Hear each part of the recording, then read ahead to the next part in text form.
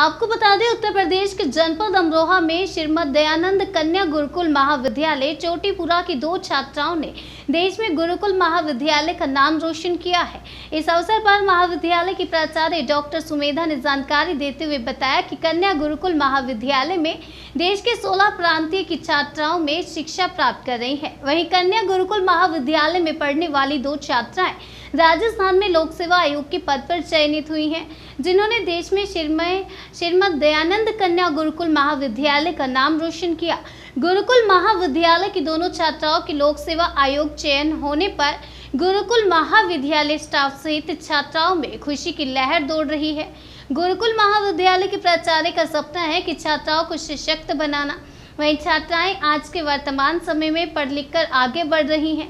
इसी के साथ उन्होंने गुरुकुल महाविद्यालय का नाम रोशन करने वाले छात्राओं को ढेर सारी शुभकामनाएं दी। प्रसन्नता है कि बालिकाओं को स्वावलंबी और संस्कारित बनाने का जो कार्यक्रम मैंने प्रारंभ किया था, उसमें उत्तरोत्तर प्रगति हो रही है और उसी के अंदर अभी राजस्थान लोक सेवा आयोग में 2 बालिकाओं का चयन हुआ है।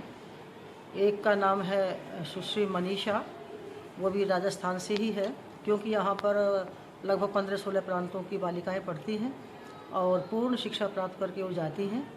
तो उस बालिका ने यहाँ पर लगभग 6th क्लास से और BA तक, MA तक बल्कि शिक्षा प्राप्त की है और फिर राजस्थान से ही PhD वगैरह किया है और इस समय उसने टेस्ट दिया, इंटरव्यू दिया, तो उसका राजस्थान लोक सेवा आयोग में प्रवक्ता के पद पर उसका चयन हुआ है। इसकी मुझे बहुत खुशी है और मैं उस बालिका को बहुत बहुत बधाई देती हूँ।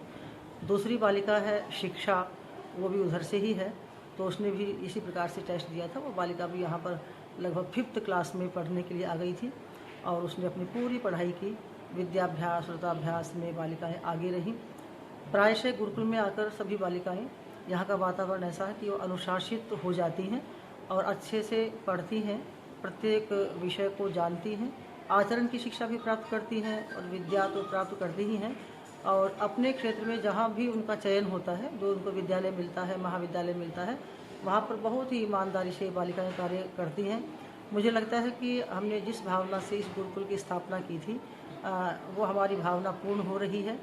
बालिकाओं के सफल होने में मैं अपने परिश्रम को सफल मानती हूँ। बालिकाओं के लिए बहुत बहुत बधाई, शुभकामनाएं।